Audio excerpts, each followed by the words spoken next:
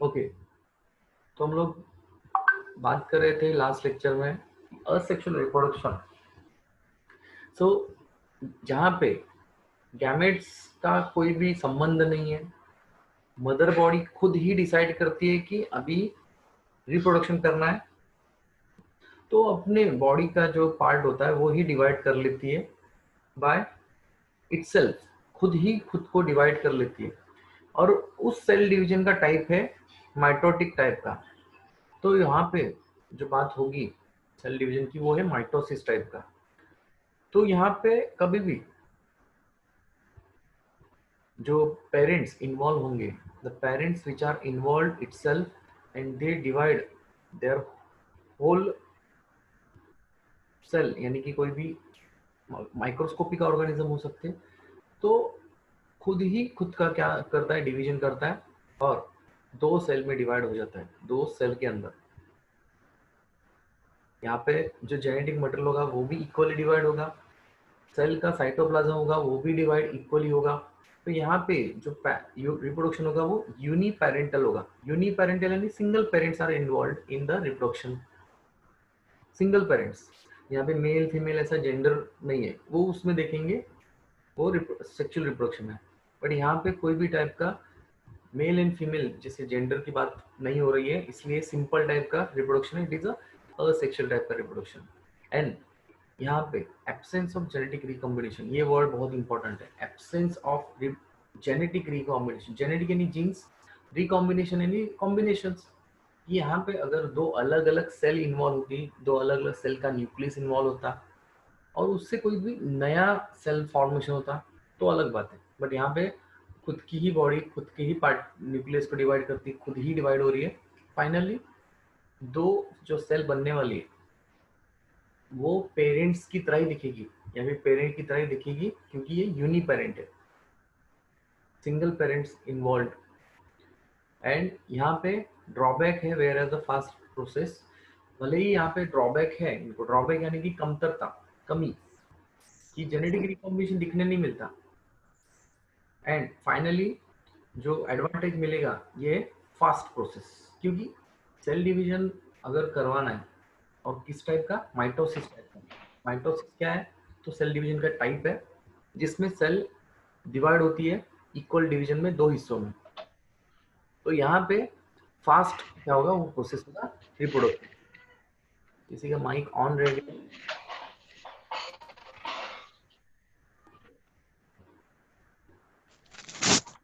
अमर? Yes. Okay, तो यहाँ पे आपको एक एग्जांपल दिया गया है कि किन ऑर्गेनिज्म में ये असेक्सुअल टाइप का रिप्रोडक्शन हो सकता है। तो asexual reproduction in unicellular, uni mean single, cellular यानी सेल्स। यूनिसेल वाले जो ऑर्गेनिज्म है, लिविंग ऑर्गेनिज्म है, वो कौन से है, तो पहला है अमीबा। अमीबा में अभी भी, आज भी, यानी कि वो तो एकदम प्रिमिटिव टाइप का सेल है। ओके, प्रिमिटिव यानी बहुत ही ओल्डेस्ट, फिर भी इनमें क्या चलता है, असेक्सुअल टाइप का रिप्रोडक्शन आज भी चलता है। अमीबा आज भी मिलता है। एंड उसके साथ जो उसका जो भाई है उसका नाम है परमेशियम। तो पैरामेशियम भी ऑलमोस्ट आज भी मिलता है। वो बहुत करोड़ों साल पहले ही धरती पे उसने क्या किया है, उसका ओरिजिन हुआ है। फिर भी उनके रिप्रोडक्शन का जो मेथड है वो आज भी पुराना ही है। तो किस टाइप का, असेक्सुअल। यानी कि ऐसा बोल सकते हैं कि अगर धरती पे पहले सेल बनी होगी और सेल में अगर सेल डिवीजन हुआ होगा और रिप्रोडक्शन हुआ होगा, जो कंटिन्यू रहा, उसमें ज्यादा कुछ चेंज नहीं हुआ है, वो है असेक्सुअल टाइप का। यानी असेक्सुअल रिप्रोडक्शन ये सबसे ओल्डेस्ट टाइप का रिप्रोडक्शन है, जिसमें एक सेल से दो सेल बनती है। आप डायग्राम में देख सकते हो, ओके, कि पेरेंट अमीबा ऑलरेडी है, पेरेंट यानी कोई भी मदर अमीबा जो पहले न्यूक्लियस को डिवाइड करती है। तो आपको दिख सकता है कि डार्किश पार्ट है, जो सेंटर मोस्ट पार्ट है, वो कैसा है, इसका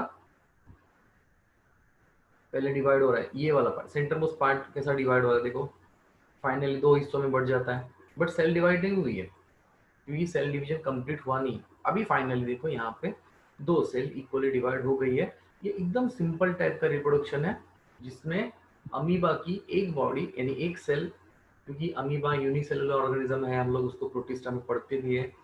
तो इसको हम लोग देखेंगे कहाँ पे, असेक्सुअल टाइप का रिप्रोडक्शन। सिमिलर वे अगर ये हो रहा है ऐसा, ओके, सेल डिवीजन इस तरह से हो रहा है, तो पैरामीशियम जो है, ओके, जो ऑलमोस्ट सेम कैटेगरी से बिलोंग करता है अमीबा के ही, ओके, जिसमें पैरामीशियम सोल लाइक बॉडी होती है उसकी।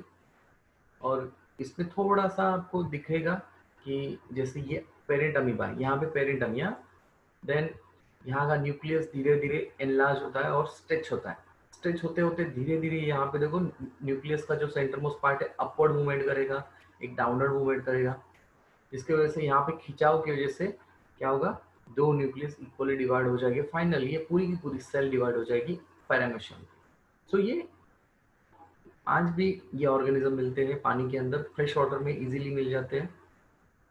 इसके लिए एक एक्टिविटी भी आपको दिया गया है कि आपको अगर अमीबा कल्चर करना है घर में, ओके, तो यहाँ पे इन लोगों ने थोड़ा सा क्या बताया कि टेक्निक बताया, एक छोटी सी एक्टिविटी है जिसमें एक्सपेरिमेंट आपको करना है तो कर सकते हैं, लैब में भी हम लोग करते हैं इसको, कि अमीबा को कल्चर करना है, अमीबा को कल्चर करना है लैब के अंदर, घर के अंदर, तो आप कैसे कर सकते हैं। तो जो तालाब का पानी होता है या फिर गटर का पानी, कोई भी पानी का कोई भी स्टैग्नेंट पार्ट, स्टैग्नेंट एंड रुका हुआ पानी, उसको थोड़ा लेना है, ओके, देन उसको, जो गेहूं का पानी होता है, ओके, या फिर गेहूं उसमें डाल देना है पानी के अंदर, और कुछ दिन, यानी कितने दिन, 3 से 4 दिन रखना है।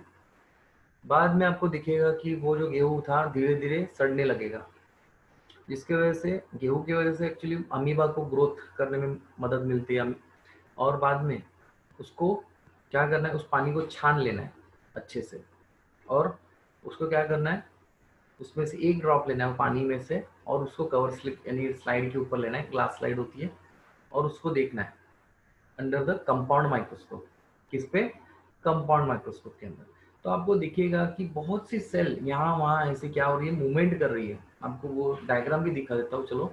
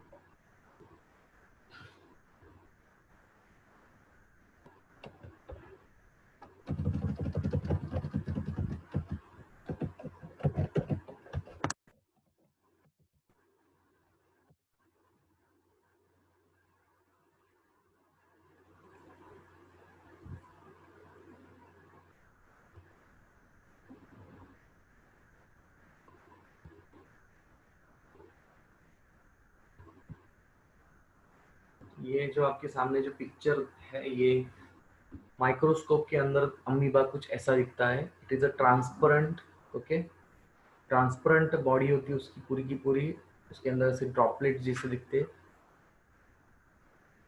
और आपको लगेगा ही नहीं कि ये अमीबा है, बट इसमें थोड़ी थोड़ी देर में ना मूवमेंट दिखती है, मूवमेंट यानी ऐसा मूव करेगा, दिखा देता, वो भी दिखा देता, चलो।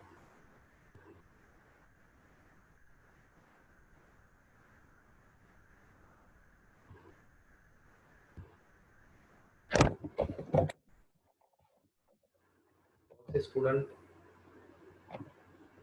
यूट्यूब पे बहुत से टाइम पास वीडियो देखते हैं, उससे अच्छा नॉलेज वाले वीडियोस देखो, जिससे कि आपका नॉलेज बढ़ेगा।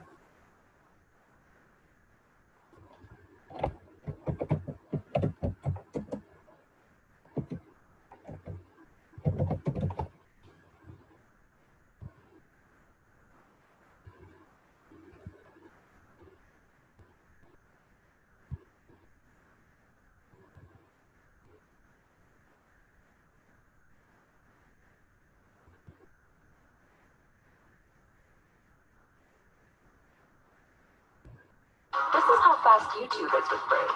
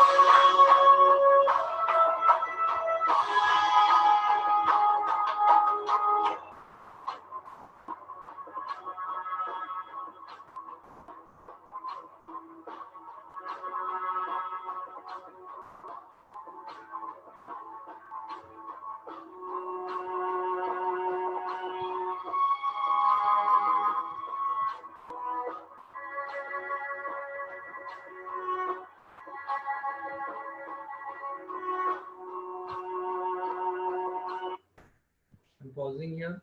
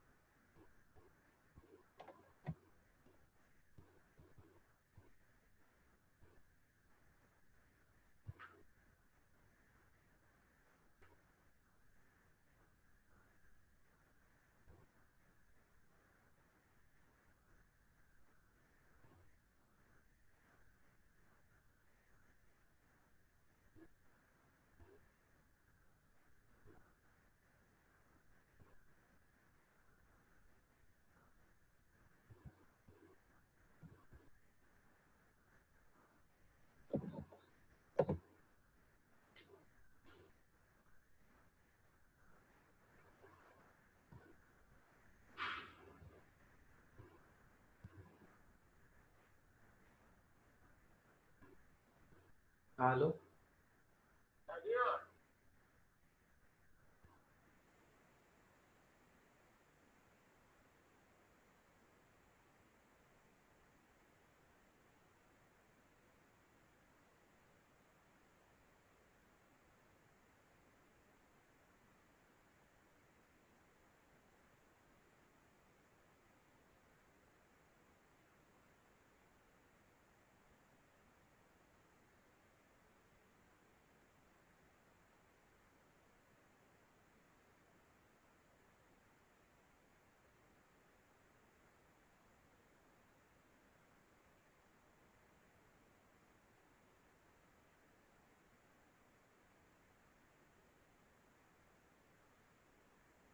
सर कोई स्क्रीन के साथ मस्ती कर रहा है।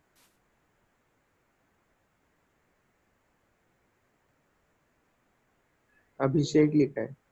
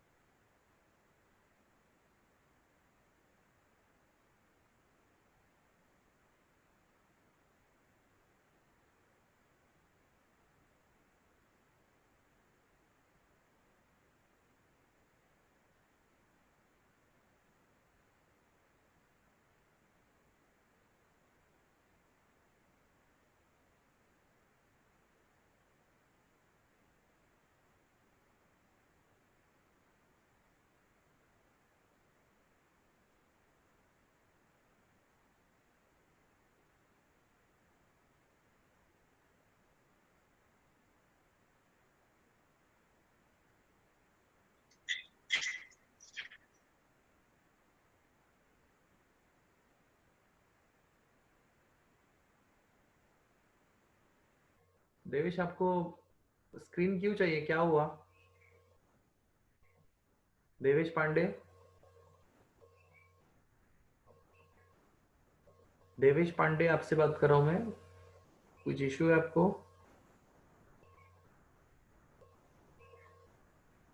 देवेश पांडे।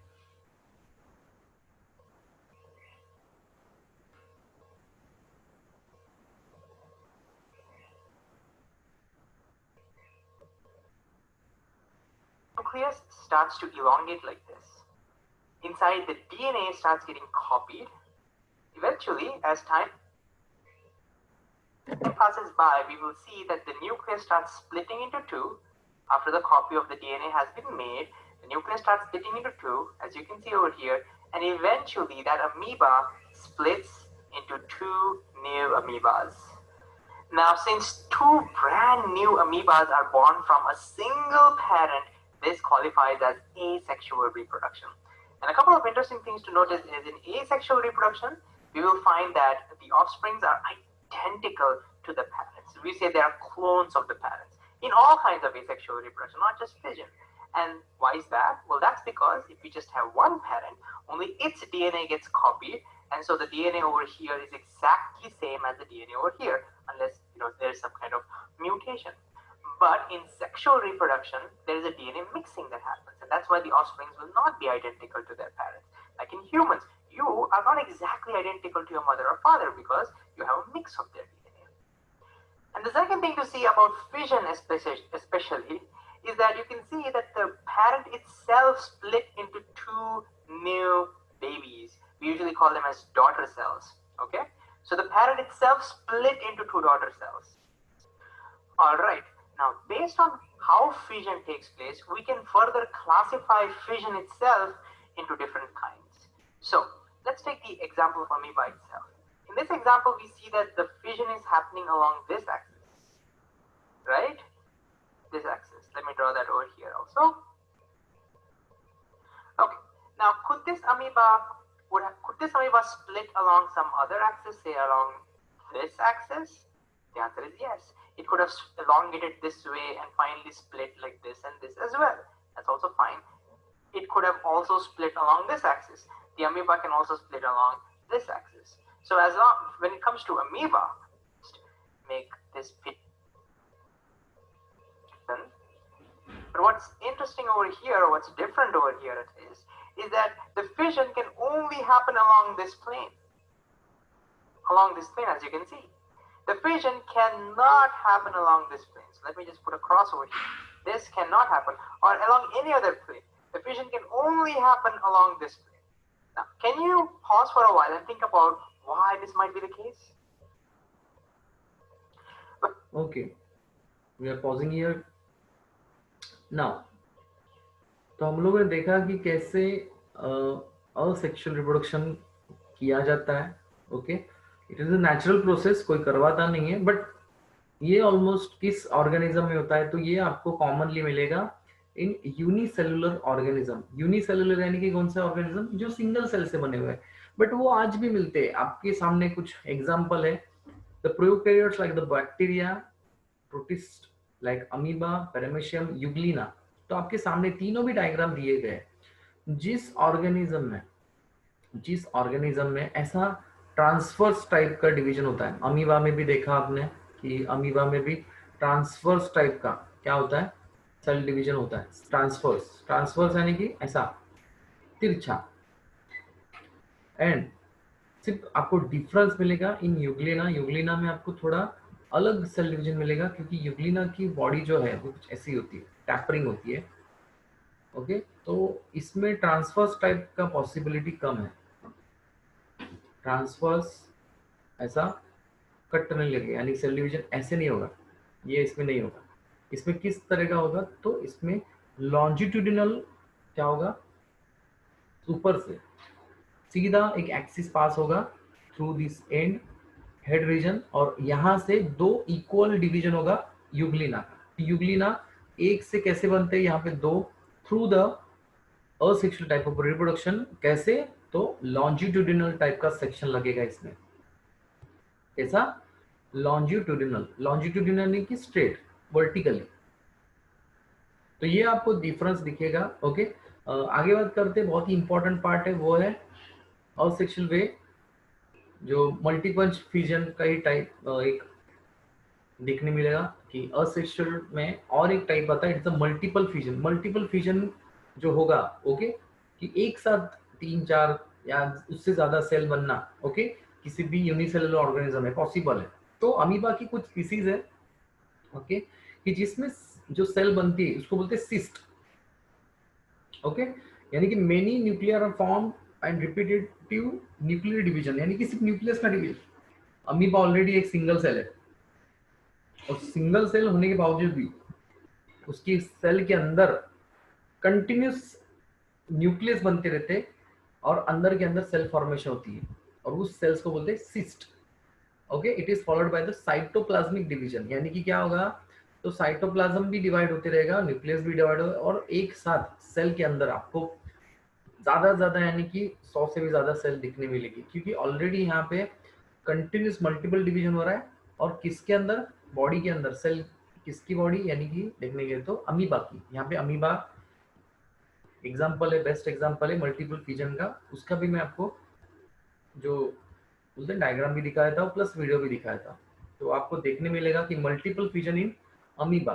तो हम यहाँ पे पेरेंट अमीबा है, बोलेंगे सर अभी तो आपने बोला कि अमीबा में जो फिजन होता है वो बाइनरी टाइप का होता है। बाइनरी यानी कि क्या होता है, दो सेल बनती है, एक से दो सेल बनती है, पर यहाँ पे अमीबा में मल्टीपल सिस्ट बनते हैं। तो मल्टीपल सिस्ट फॉर्मेशन अमीबा की बहुत सी स्पीसीज है, उसमें से ये कोई तो भी होगा।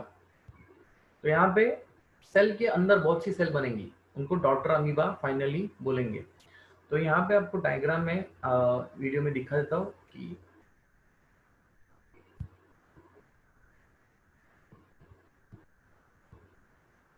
बेस्ट वीडियो तो नहीं है बट अच्छा It can video. split into more than two offsprings. And as a result, eventually more than two copies or more than two offsprings are made over here. So this is another way in which we can classify fission. We can say one kind of fission is where two offsprings are formed. We call this binary fission. Binary fission. And what do you think we'll call this one?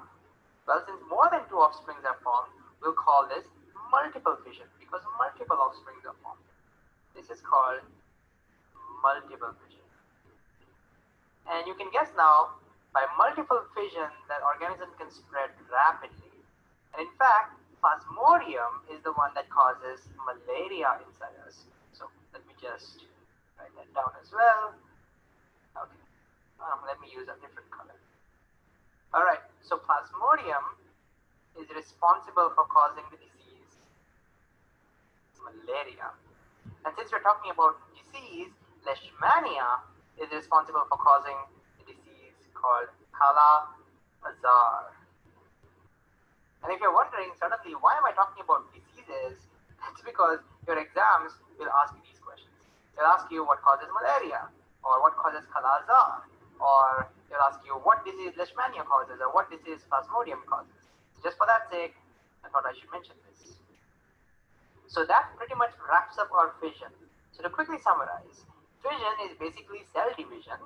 We call it as reproduction for unicellular organisms because in unicellular organisms, if the cell divides, then we have brand new individuals. We can classify them into two kinds. Binary fission is the one where we get two offspring. Multiple fission is the one where we get multiple offspring. That's one way to.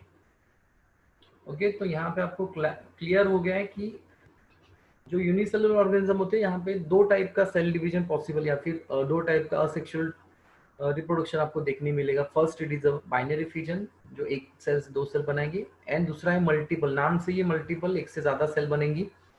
तो यहाँ पे दो अलग अलग आपको difference आपको पता चल गया अभी बाय पिक्चर वे, यानी और क्लियर हो गया होगा आपको। फिर भी आई होप किसी को डाउट होगा तो आप पूछ सकते हो। ओके, और लास्ट का जो पार्ट ले रहे थे हम लोग, क्योंकि अभी 10 मिनट बाकी है आपका। ओके, तो जो थर्ड टाइप का असेक्सुअल रिप्रोडक्शन आपको देखने मिलेगा इन जो हाइड्रा है। Hydra again it is a बोल सकते single cellular organism, single cellular तो नहीं बोल सकते, बट ये कैटेगराइज होता है मल्टी सेलुलर ऑर्गेनिज्म में, क्योंकि ये अमीबा की तरह सिंगल सेल से नहीं बनता, ये मल्टीपल जो सेल होती है इससे बनता है। और इसका जो फाइलम है, ओके, इसको हम लोग पढ़ते हैं निडेरिया में, जिसमें इसका बॉडी जो होता है इसमें कोई भी टाइप के सेलुलर ऑर्गन तो नहीं होते, मगर बॉडी में जो डाइजेशन होता है, रिस्पिरेशन होता है, वो जस्ट लाइक एनिमल होता है। ओके, जिसकी वजह से इसका कैटेगरी थोड़ा अलग हो जाता है। इसको हम लोग पढ़ते हैं निडेरिया में। ओके, फाइलम निडेरिया में आने वाला है आपको। किंगडम फाइलम जो है, हम लोग किंगडम एनिमलिया में फाइलम निडेरिया में पढ़ेंगे, इसको डिटेल में पढ़ेंगे। यहाँ पे आपको फिर से एक एक्टिविटी बोला गया है कि आपको क्या लेना है। तो यहाँ पे जो ऑर्गेनिज्म दिया गया है, ओके, वो है ईस्ट।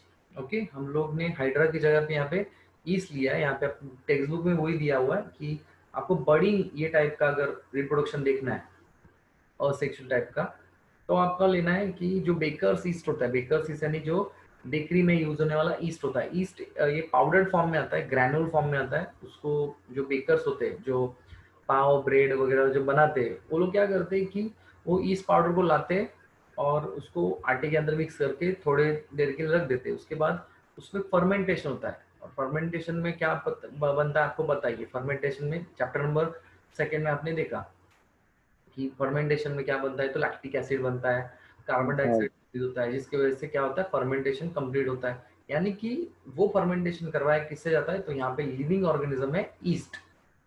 तो ईस्ट को हम लोग पानी में रखेंगे तो पानी में उसकी वजह से उसको क्या होगा, एक्टिवेशन मिलेगा, यानी वो क्या हो जाएगा, उसमें जान आ जाएगी अचानक से।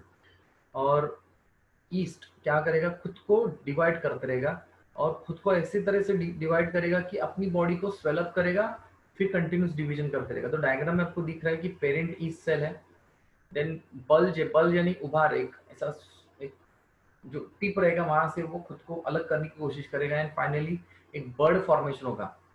इसके अंदर, ईस्ट के अंदर ना, ये मैं अभी हाइड्रा की बात नहीं कर रहा हूँ। तो यहाँ पे आपको है ईस्ट। तो ईस्ट में आपको एक से ज्यादा बर्ड्स आपको दिखेंगे एक ही सेल के अंदर। तो एक सेल से यहाँ पे 4 सेल बनने की प्रोसेस बहुत फास्ट वे में होती है।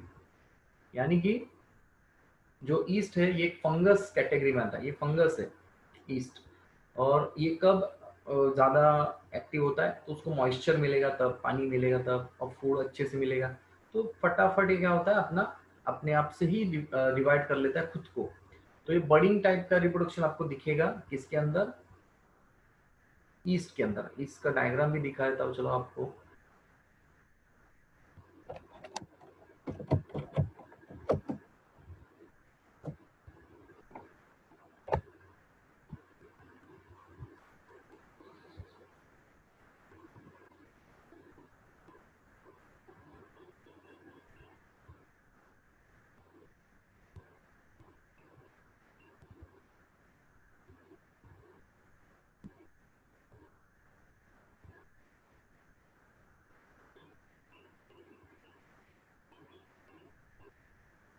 तो ईस्ट एक सिंगल सेल से अगर बात करें तो सिंगल सेल में ऐसा इस तरह का कोई डायग्राम होता है। ओके, क्योंकि ईस्ट एक सेल है।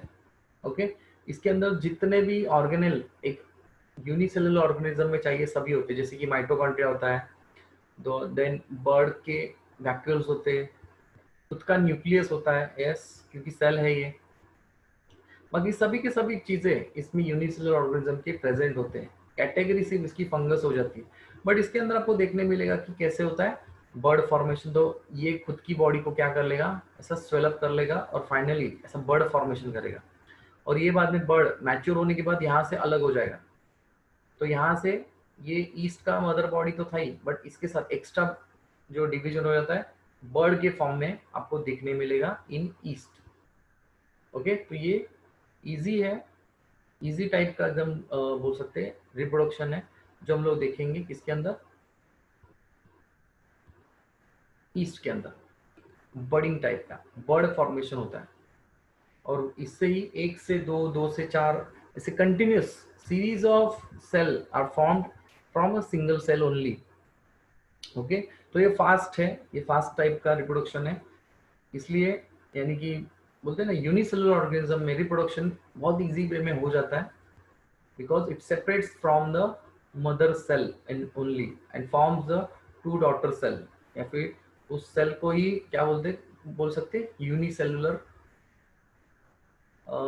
और आपको यहाँ पे दिया गया है, but because of the we have lesser time, तो हम लोग आगे का पार्ट कंटिन्यू नहीं कर सकते। We have much time to continue this chapter. उसको डाउट्स हो गए तो you can ask me now. Students, बहुत से पार्टिसिपेंट आज है जिन्होंने इससे पहले लेक्चर लिए होंगे नहीं लिए होंगे, बट आपको अगर लेक्चर अपने पिछले लेक्चर्स देखने हैं तो आपका जो प्रीवियस लेक्चर की जो लिंक होगी उसके ऊपर जाना है, ओके, लाइब्रेरी में जाना है और वीडियो पे क्लिक करना है, तो वीडियो आपके सामने दिख जाएगा। जैसे कि आज का वीडियो भी आपको रिपीट करना है, कुछ कंसेप्ट आपके रह गए होंगे, you can watch again and again. आज का लेक्चर भी आपको आपकी लिंक के ऊपर लिंक्ड है। सिर्फ आपका 10th जो भी होगा ABC इस पे जाना है, उसके ऊपर क्लिक करना है, लाइब्रेरी पे वीडियो में जाना है, वीडियो में आपको वो पूरा का पूरा वीडियो दिखेगा इन यूट्यूब मोड, ओके। तो आपको 10-15 मिनट में आपको ये वीडियो मिल जाएगा, बट आप कंटिन्यू करो आपके लेक्चर से, आप 12 के बाद आपके जितने भी लेक्चर है कंटिन्यू देख सकते हैं आप, पूरा दिन वो रहेगा ही। तो कुछ डाउट्स होंगे तो आप पूछ सकते हैं आप। Done? अच्छी बात है, आपको डाउट नहीं है, यानी कि आज का लेक्चर बहुत अच्छे से समझ गया है, ओके। और आप सभी से रिक्वेस्ट है, आज का जो टॉपिक हम लोगों ने लिया है asexual type of reproduction, please revise it properly, okay. आपके लेवल पे आप रीड करना स्टार्ट कर दो, क्योंकि अभी हम लोग पीछे देखने नहीं वाले, बट अगर सर हाँ बोलिए बोलिए। सर सर अभी असेक्सुअल रिप्रोडक्शन का भी हमने पढ़े थे सर। अभी जब असेक्सुअल रिप्रोडक्शन होता है अगर यूनिसेलुलर ऑर्गेनिज्म में, तो क्या पेरेंट सेल से जब मतलब वो रिप्रोडक्शन हुआ था वो पेरेंट सेल एग्जिस्ट करता है क्या, या फिर वो डिस्ट्रॉय हो जाता है? ऐसा होता है कि अब सेल की एक अपनी बोल सकते हैं लाइफ होती है सभी की, तो चांसेस है कि, सही क्वेश्चन है, बहुत अच्छा क्वेश्चन है ये। सभी स्टूडेंट ने अभी शायद तक जो क्वेश्चन है उसको सुना होगा कि जो पेरेंट डिवाइड हो रहा है खुद को, वो मर जाएगा या जिंदा रहेगा, तो ज्यादातर केसेस में जिंदा ही रहेगा अगर कंडीशन खराब रही, क्योंकि हम लोगों को नहीं पता कि वो कहाँ पे सरवाइव कर रहा है, उसको अगर अच्छा फूड नहीं मिला, न्यूट्रिशन नहीं मिला, ओके, तो वो मर जाएगा। बट सर्वाइवल के चांसेस बहुत होते हैं, क्योंकि वो कंटिन्यूस ग्रो कर रहा है, खुद को ही डिवाइड करते जा रहे हैं कंटिन्यूसली, तो यहाँ पे चांसेस उसके डेथ होने के कम से कम है। सही क्वेश्चन, बहुत अच्छा क्वेश्चन है। तो सर्वाइवल उसका कंटिन्यू दे सकता है। और कोई क्वेश्चंस?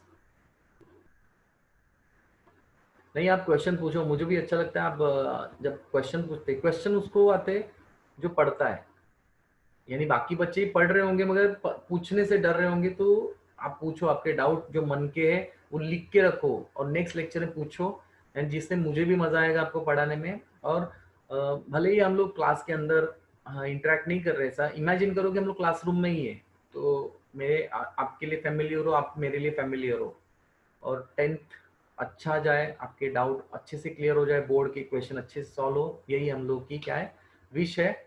और ऐसे ही पढ़ते रहो, ओके। तो यहाँ पे हम लोग आज का लेक्चर समअप करते हैं, और न्यू टॉपिक के लिए हम लोग नेक्स्ट लेक्चर में मिलते हैं। बट तब तक आप क्या करो, पूरे के पूरे ये टॉपिक को, 2 पेज का जो आपको पैराग्राफ है, वो प्लीज एक बार पढ़ लो, जिससे कि और आइडिया आ जाएगा, बहुत क्लियर हो जाएगा जो भी कंसेप्ट है। ये बार बार हम लोग पढ़ने वाले तो है नहीं, बट जो भी लेक्चर होंगे वो आपको रिकॉर्डेड फॉर्म में मिल जाएंगे on our toppers library, okay, library में मिल जाएगा आपको, okay. Thank you for the attending lecture and keep reading, okay. चलो, take care all of you, bye. Thank you sir. Thank you, thank you.